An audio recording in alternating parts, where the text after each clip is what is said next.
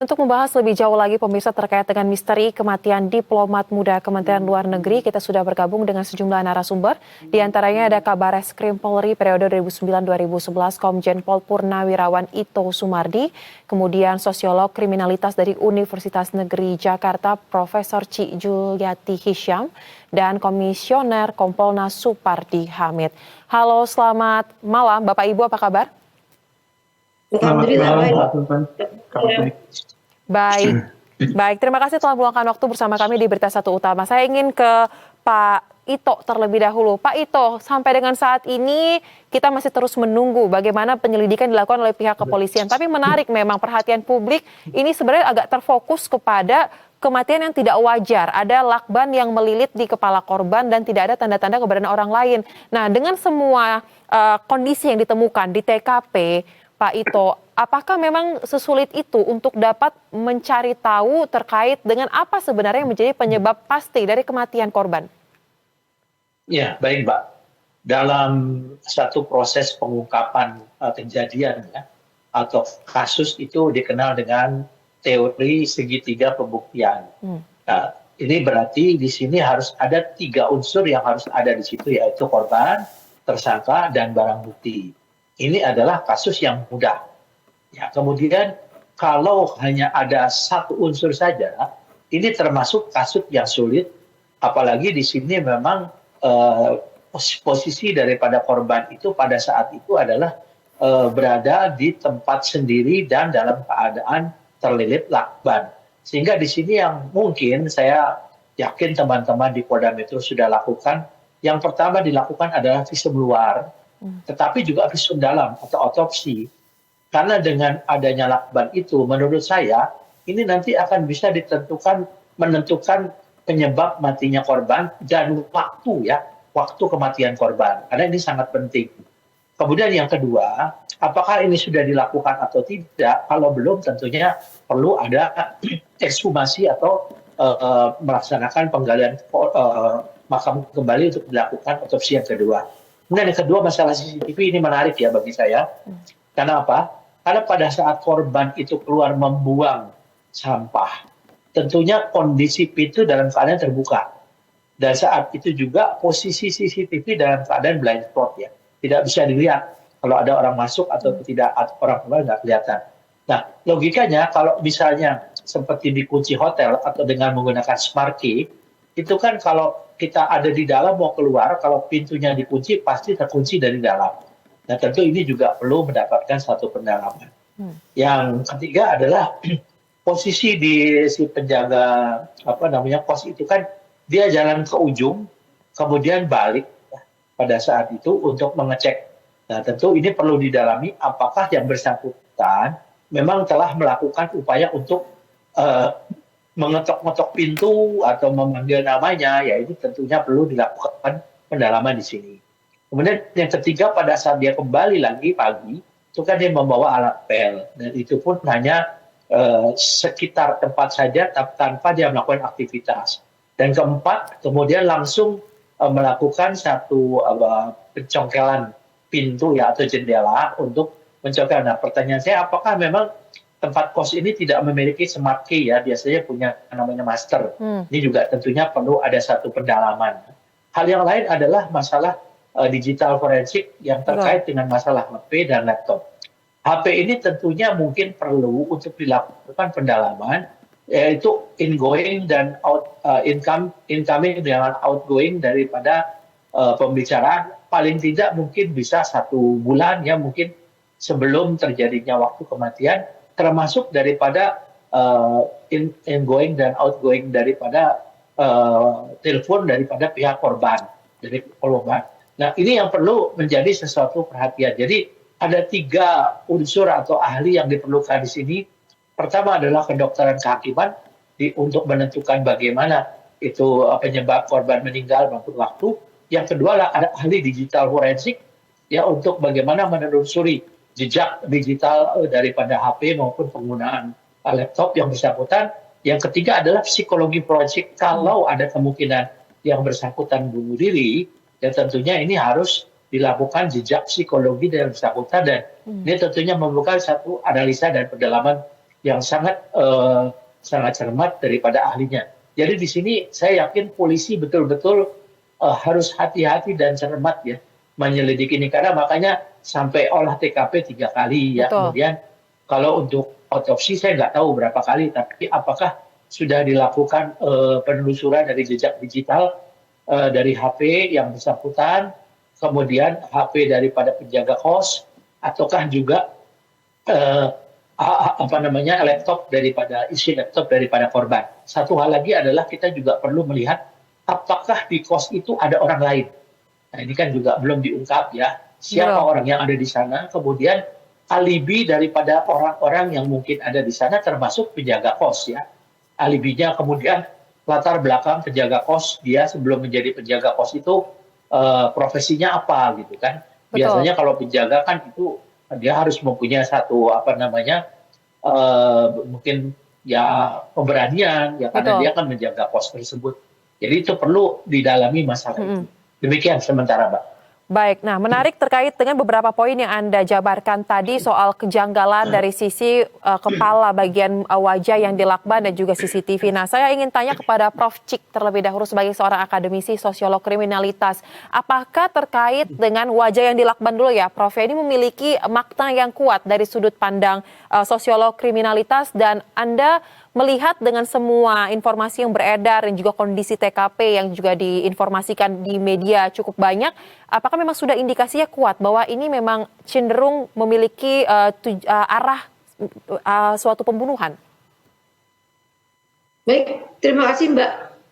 Mencermati kasus yang ada mengenai diplomat kita ini yang wajahnya terlakban, ini menarik sekali. Tadi seperti disampaikan oleh Pak Polisi seperti itu, saya justru penasaran, pengen tahu gitu loh. Hasil yang dilakukan oleh dokter ketika pertama kali membuka lakban itu. Nah, lakban itu tertempelnya pertama kali itu di mana gitu loh. Apakah yang kedua, apakah kematian korban karena memang lakban? Kalau memang kematian korban karena lakban, berarti lakban itulah yang menentukan kematiannya dan kita perlu periksa itu. Tapi kalau memang ada lagi yang lain dari lakban, kematiannya bukan karena lakban, berarti harus diperiksa lagi bagaimana hasil forensik dari pemeriksaan jenazah terhadap lambungnya. Apakah di sana ada diketahui, diketemukan zat lain yang bisa menyebabkan kematiannya. Menurut saya yang paling penting itu adalah penyebab kematiannya itu apa? Apa karena lakbannya? Atau yang lainnya? Karena kalau yang lainnya itu kita bisa cari nanti ya, setelah kita menemukan kematiannya itu apakah lakban itu merupakan titik poin kematian korban. Dan kalau memang lakban itu digunakan sebagai simbol bagi perbuatan tersebut, dan saya belum bisa menyimpulkan ya, apakah ini adalah ciri khas pelaku atau ciri khas dari perbuatan tersebut. Tapi yang saya ingin tahukan di sini adalah bagaimana kematian korban, apakah karena memang lakban itu yang menyebabkan dia mati atau ada yang lainnya. Itu dulu Mbak. Baik, memang sampai dengan saat ini terkait dengan hasil pemeriksaan baik itu secara forensik terhadap jasad korban ataupun digital forensik belum ada diumumkan ya. Jadi kita masih sama-sama menunggu. Nah, mungkin dalam kesempatan ini Bapak Supardi Hamid selaku Kompolnas yang juga menjadi mitra Polri untuk mengawasi kinerja dari Polri, apakah sudah ada pemantauan terbaru Pak, komunikasi dengan Polri dalam pengungkapan kasus ini seperti apa, khususnya terkait dengan hal-hal yang penting untuk digali seperti pengecekan forensik dan juga digital forensik terhadap handphone dan juga laptop? Ya, kalau kita melihat bahwa kasus ini adalah kasus yang kematian yang sangat sulit untuk pertama adalah menentukan dulu apa sebetulnya yang menjadi sebab kematian. Ini dulu yang harus diungkap. Karena apa? Dalam kasus-kasus pembunuhan di mana sulit untuk menjelaskan kenapa peristiwa pembunuhan itu terjadi, maka kita harus berangkat dari korbannya sendiri. Maka hal-hal yang ada di seputar korban itulah yang kemudian harus ditelisik secara hati-hati dan cermat. Ada banyak hipotesis sebetulnya yang bisa mengkaitkan bagaimana potensi hubungan antara korban dengan misalnya kalau nanti dia bukan bunuh diri, dengan orang-orang yang diduga memiliki semacam motivasi untuk melakukan tindakan semacam ini, gitu ya. Misalnya kalau kita bicara misalnya hipotesis dalam banyak kasus pembunuhan misalnya, umumnya berlaku apa yang kita kenal dengan proximity hypothesis, di mana hipotesis ini mengatakan bahwa apabila ada orang dibunuh, maka pembunuh itu adalah orang yang tidak akan jauh posisi sosiodemografiknya dengan korban. Nah, hal-hal semacam ini harus diteliti secara hati-hati, kemudian cermat, tidak ada yang tertinggal. Salah satu tadi Pak Ito secara jelas mengatakan bahwa jejak digital adalah hal yang paling mudah untuk menentukan proximity to crime ini.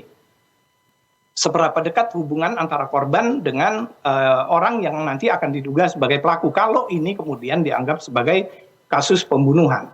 Baik. Karena persoalannya adalah bahwa sebab kematian sampai hari ini belum bisa dijelaskan dengan tepat. Karena apa?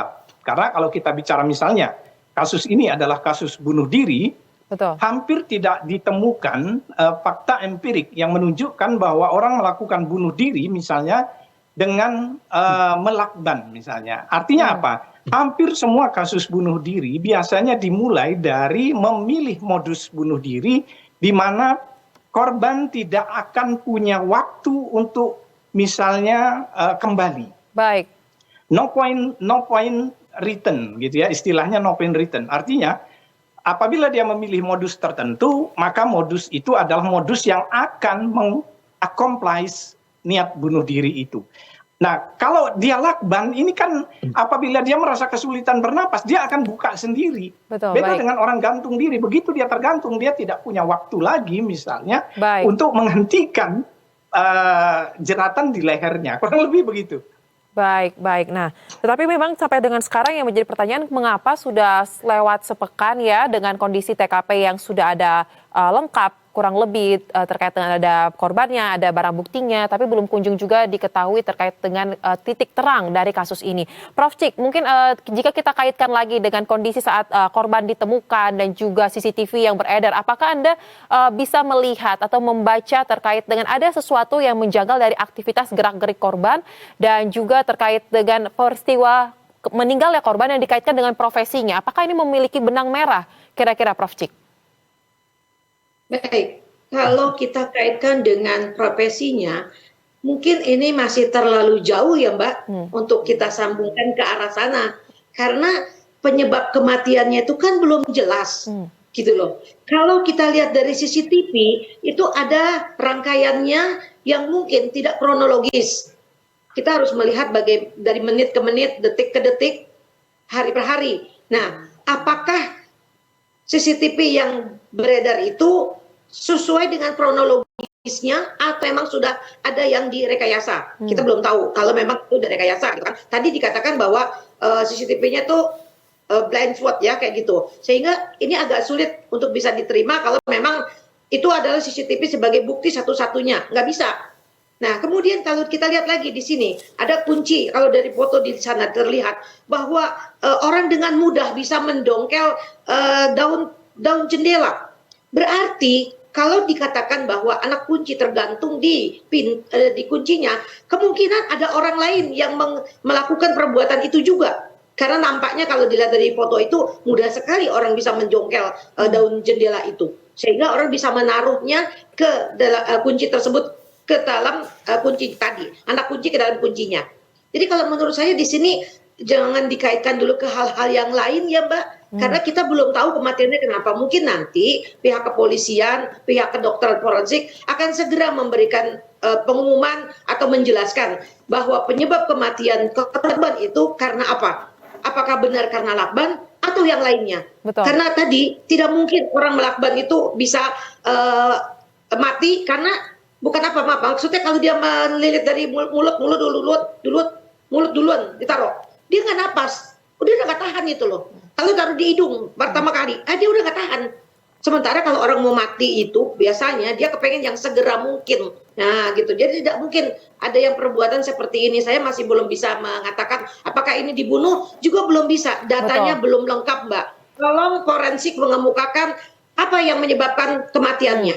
Apakah lakban atau yang lainnya. Makasih. Baik. fokus kepada mencari penyebab kematian dari korban ya, Prof. Nah, Pak Ito, kami mendapatkan informasi, mungkin Bapak mendapatkan informasi lebih lengkap lagi ya, terkait dengan bahwa dari kedokteran forensik di RSCM sudah memberikan terkait dengan hasil pemeriksaan dari jasad korban secara fisik ini kepada Puslap 4, tapi memang belum diumumkan. Nah, apakah Bapak sudah mendengar juga terkait dengan hal ini, dan jika memang sudah diterima, Pak, mengapa sepertinya membutuhkan waktu yang lama untuk dapat menyampaikan kepada publik, padahal di tengah ini kita tahu atensi publik atas kasus ini sangat besar? Ya begini Mbak, pengungkapan satu kasus itu tidak bisa parsial. Dia harus komprehensif ya, harus lengkap. Tadi disampaikan Prof. Cik, secara logika kalau orang itu misalnya melakban kepalanya, tentunya dari hasil otopsi, torak terutama ditemukan apakah korban itu meninggal karena dia setelah dilakban atau sebelum dilakban. Itu kan tentu menjadi perhatian penyidik, dan saya yakin mungkin penyidik sudah memiliki. Kemudian yang kedua, kalaupun namanya dia dilakukan melakban kepala sendiri, tentunya orang itu harus dalam keadaan yang betul-betul sadar ya. Karena kan dia sadar bahwa kalau melakban itu ada sesuatu yang menyakitkan hati. Nah, yang menarik, Mbak, saya ini kan mantan duta besar Myanmar. Yang bersangkutan itu pernah bertugas di Myanmar sebagai local staff, kemudian menjadi diplomat. Nah, biasanya seorang diplomat itu dia kan sudah akan ditempatkan di Helsinki. Seorang diplomat itu dia akan senang kalau ditempatkan di luar daripada Indonesia, tentu dari aspek kesejahteraan akan jauh lebih besar daripada kalau ditempatkan di Kemlu. Sehingga kalau unsur ini saja, kita bisa melihat betapa pendeknya seseorang yang ingin mengakhiri hidupnya tanpa satu sebab. Ini kalau kita kaitkan dengan kemungkinan bunuh diri. Nah, kalau kaitannya mungkin ada perbuatan dibunuh, tentunya ini harus didalami oleh teman-teman di kepolisian, terutama tadi jejak digital dari telepon siapapun juga yang ada dekat di sana. Mungkin yang paling penting adalah jejak digital daripada teleponnya si korban ya, termasuk dengan penjaga tadi ya, kan tadi dikatakan teleponnya sudah mati. Nah, Betul. ini harus didalami betul-betul. Dan tadi saya sependapat dengan Prof. Cik ya, logikanya orang di dalam kamar itu pasti jendelanya tuh dikunci dan tidak mudah untuk dibuka. Dan tadi kalau ibaratnya ini namanya smart key ya. Jadi kalau orang keluar dari satu tempat seperti di hotel, begitu dia keluar dari kamar hotel, pintu itu terkunci dari dalam kan? Betul. Nah, bisa saja kemungkinan ada orang dari dalam keluar, kemudian pintunya terkunci otomatis dari dalam kan? Nah, kemudian yang tadi saya sampaikan, satu hal yang menjadi pertanyaan saya sebagai mantan penyidik itu adalah mengapa posisi CCTV itu blind spot pada saat korban itu masuk ke dalam kamarnya. Kita kan nggak tahu ya, dia berandai-andai seandainya korban sedang membuang, kan dia membuang sampahnya itu keluar dari spot ya, dia ke kanan kan, sehingga kosong. Kita tidak tahu apakah kemungkinan ada orang masuk atau tidak. Nah, ini yang tentunya perlu didalami oleh teman-teman, dan saya yakin teman-teman dari Polda Metro sudah melakukan ini. Dan sekali lagi, masalah ini polisi tentunya harus hati-hati dan cermat. Karena tadi dari teori segitiga pembuktian kita hanya ketemu korban. Demikian, Mbak. Baik, nah sekarang saya tanya kepada Prof. Cip, karena informasinya Prof. Cip akan segera melanjutkan kegiatan. Singkat saja mungkin Prof, kira-kira dengan kondisi per hari ini, kita masih menunggu bagaimana hasil pemeriksaan secara forensik dan juga laboratorium. Apa yang harus dilakukan oleh pihak penyidik, langkah-langkah yang paling tepat untuk dapat mengungkap kasus ini setidaknya dalam waktu dekat? Silakan. Ya, jadi kalau menurut saya, tadi ya penyebab kematiannya itu kan harus diketahui dulu. Ya, penyebab kematiannya. Setelah penyebab kematiannya kita ketahui, baru kita bisa menyebar di sekelilingnya. Paling tidak yaitu relasi hubungannya dengan keluarga, dengan teman-teman dia, dengan teman kosnya, dengan bapak kosnya, dan dengan teman-teman sedekatnya. Karena menurut saya kejahatan itu lingkarannya kecil. Karena pasti dilakukan oleh orang yang sudah diketahui oleh korban. Seperti itu. Baik. Terima kasih Prof. Cik untuk analisa yang dibagikan di Berita Satu Utama. Kami persilakan untuk melanjutkan kegiatannya. Dan saya ingin kembali kepada Bapak Supardi Hamid. Bapak, ini kan sudah lewat sepekan ya terkait dengan pengungkapan kasus sejak diketahui Arya Daru ini meninggal pada 7 Juli. Nah, pertanyaan saya dengan target waktu yang kira-kira sudah dalam 1 minggu dan juga dari Kapolri memberikan atensi juga atas kasus ini. Apalagi kira-kira yang masih menjadi batu sandungan untuk dapat mengungkap terkait dengan penyebabnya selain memang sepertinya terkait dengan hasil dari pemeriksaan forensik belum juga diumumkan. Jadi dalam setiap kasus pembunuhan, terutama pada saat konteks peristiwanya itu tidak diketahui, kemudian saksinya tidak ada, maka pemeriksaan itu akan sangat berkutat pada diri korban dan kemudian lingkungan di sekitar korban. Nah, pada saat pemeriksaan forensik, maka pemeriksaan forensik tentu harus menemukan sebab kematian itu, memeriksa semua hal yang ada di dalam tubuh korban. Nah, kalau dia lama, itu menunjukkan bahwa ada hasil pemeriksaan yang belum bisa mengkonfirmasi kematian itu. Sehingga kemudian dicari lagi sebab yang lain. Nah, inilah yang kemudian menyebabkan diperlukan waktu yang cukup lama untuk melakukan pembuktian secara ilmiah. Karena pembuktian secara ilmiah tidak serta-merta misalnya sampel yang diambil dari tubuh korban itu langsung bisa keluarkan hasilnya dalam 1-2 hari. Nah, ini yang kemudian menyebabkan proses pembuktian ini membutuhkan waktu yang relatif panjang. Seperti Pak Ito tadi sampaikan bahwa pada kasus-kasus macam ini polisi harus bisa menjelaskan secara komprehensif. Oleh karena itu tentu hasil yang sudah ditemukan tidak akan dijelaskan kalau itu masih bersifat parsial sepotong-sepotong. Nah, untuk menuju kepada comprehensiveness dari hasil pemeriksaan ini, maka diperlukan pemeriksaan pada banyak hal, sehingga kemudian nanti pada saatnya polisi akan menjelaskan dan penjelasan itu kemudian secara tegas dan jelas menyebutkan sebab kematian dan bukti-bukti yang sudah dimiliki oleh kepolisian terkait dengan sebab kematian itu. Apakah bunuh diri atau dibunuh, maka semua harus dijelaskan dengan bukti-bukti yang kemudian bisa dikonfirmasi oleh siapapun. Maka itu membutuhkan waktu yang cukup lama. Baik, membutuhkan waktu yang cukup lama ya untuk bisa meyakini karena memang tidak ada saksi mata yang jelas di lokasi ya sejauh ini yang kita ketahui. Nah, kemudian Pak Ito, kasus ini kan sudah melibatkan banyak sekali pihak, apalagi mendapatkan atensi langsung dari pimpinan Polri, bahkan Ketua DPR juga. Inavis, Puslapor, tim kedokteran RSCM juga sudah turun tangan. Tetapi memang belum ada hasilnya. Nah, pertanyaan saya untuk sisi proses manajemennya, mekanismenya, apakah ada catatan terkait dengan hal ini atau sudah sesuai dengan prosedur yang berjalan menurut Anda, Pak Ito, sesuai dengan pengalaman Anda? Ya, kalau saya melihat dari penanganan kasus ini, ada olah TKP yang belum sempurna ya, pada saat pertama kali. Kemudian ada kesimpulan yang terlalu cepat disampaikan oleh pimpinan kepolisian setempat. Nah, tentunya inilah mengapa sampai 3 kali diolah TKP.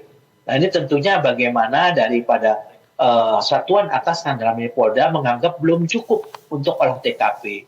Kemudian tadi yang perlu saya sampaikan kembali, Mbak, bahwa kunci utama dari ini adalah penyebab kematian dan waktu kematian.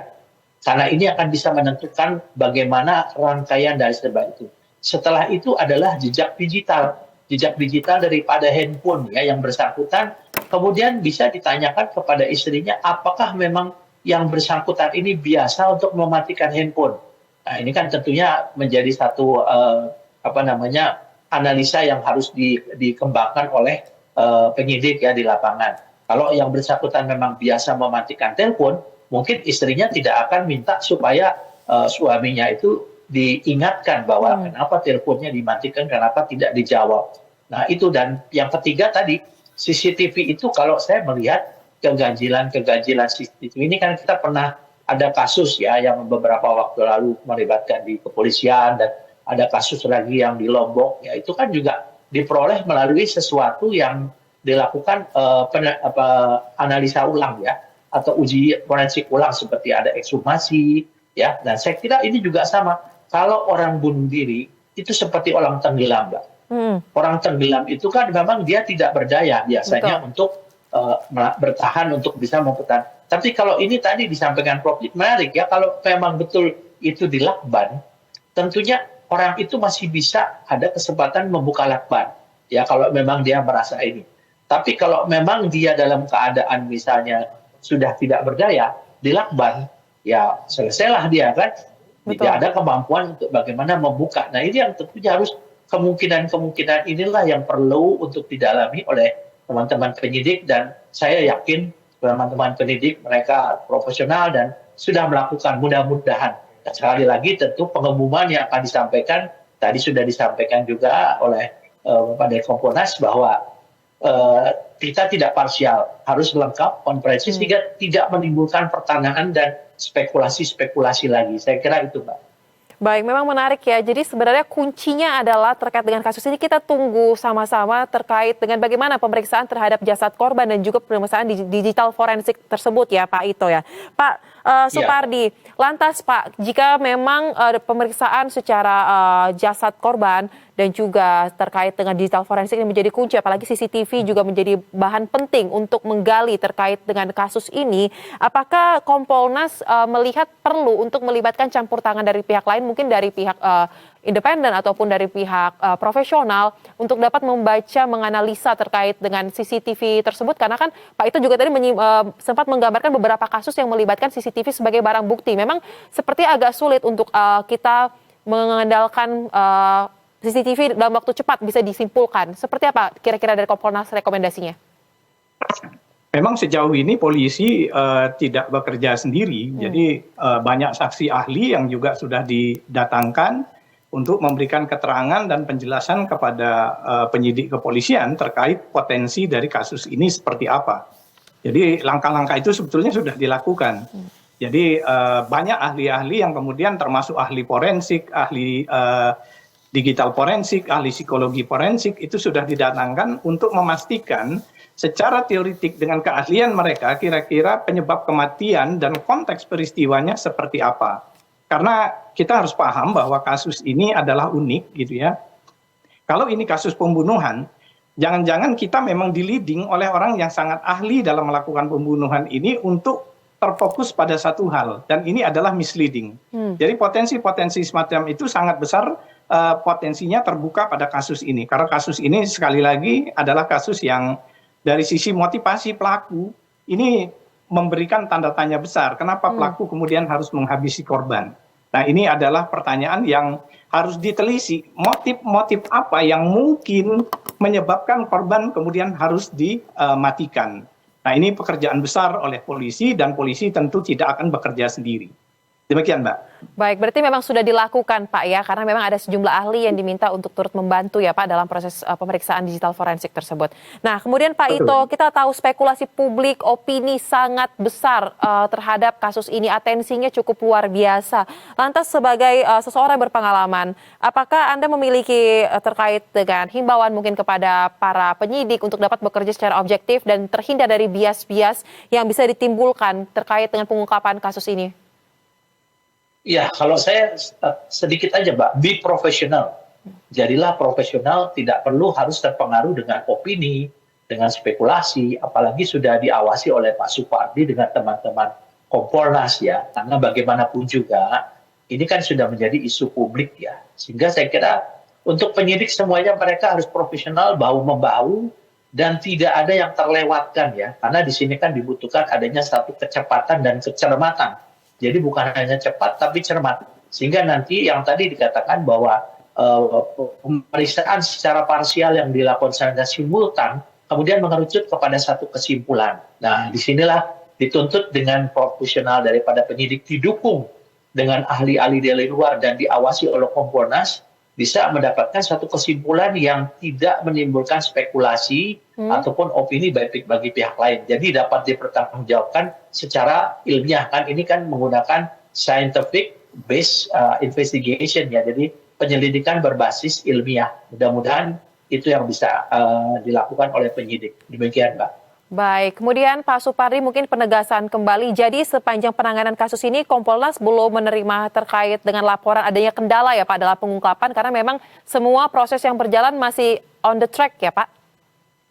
Ya, sejauh ini penyidik masih bekerja secara profesional, on the track, sehingga belum ada obstacle yang dianggap sebagai hambatan yang kemudian menyebabkan kasus ini harus misalnya menjadi expire. gitu ya. Cuma memang membutuhkan waktu, itu saja sebetulnya. Baik, nah lantas mungkin dari Kompolnas apa yang bisa disampaikan kepada para masyarakat dan juga pada penyidik yang tengah bekerja untuk dalam mengungkap kasus ini karena begitu besar ya sama ya tadi begitu besarnya atensi publik dan agar tekanan ini tidak mempengaruhi terkait dengan kinerja-kinerja yang ada.